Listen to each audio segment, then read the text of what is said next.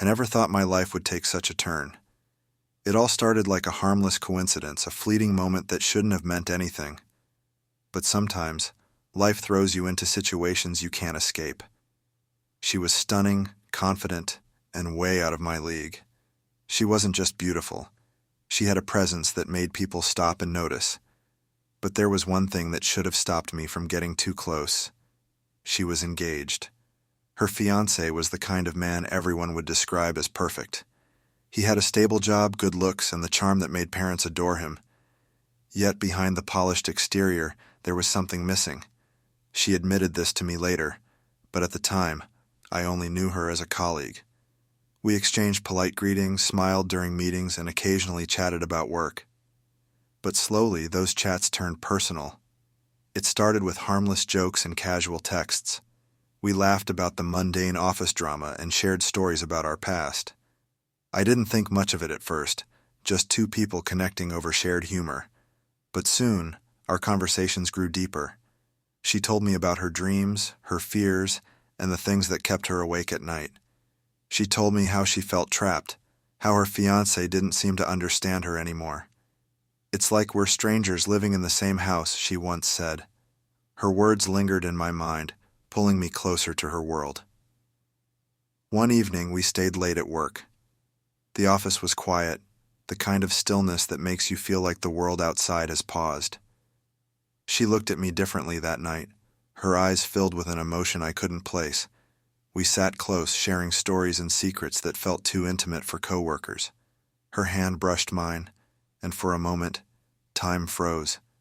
The electricity between us was undeniable. The real turning point came one rainy evening. We were sitting in her car, the windows fogged up, the rain drumming softly on the roof. She turned to me, her face pale but her eyes burning with intensity. "I think I love you," she whispered. My heart stopped. For a second, I thought I had imagined it. But when I looked into her eyes, I knew she meant it. I didn't know what to say. My heart was racing, my thoughts a whirlwind of confusion and excitement. Finally, I found my voice.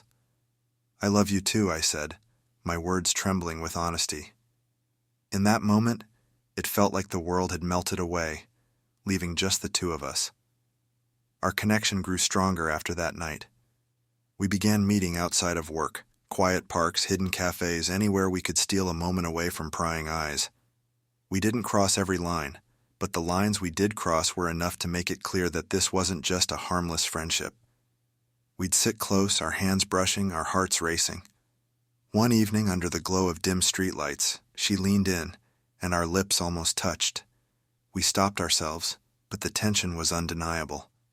The guilt was always there, lurking in the shadows of our happiness.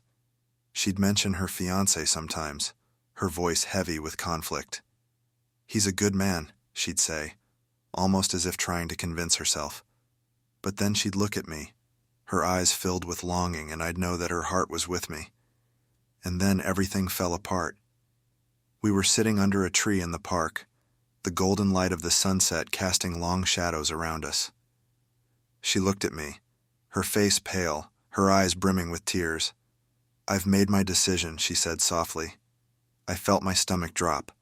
"What decision?" I asked, even though I already knew the answer. "I'm going back to him," she said, her voice shaking. It's wrong. I can't do this anymore." Her words hit me like a punch to the chest.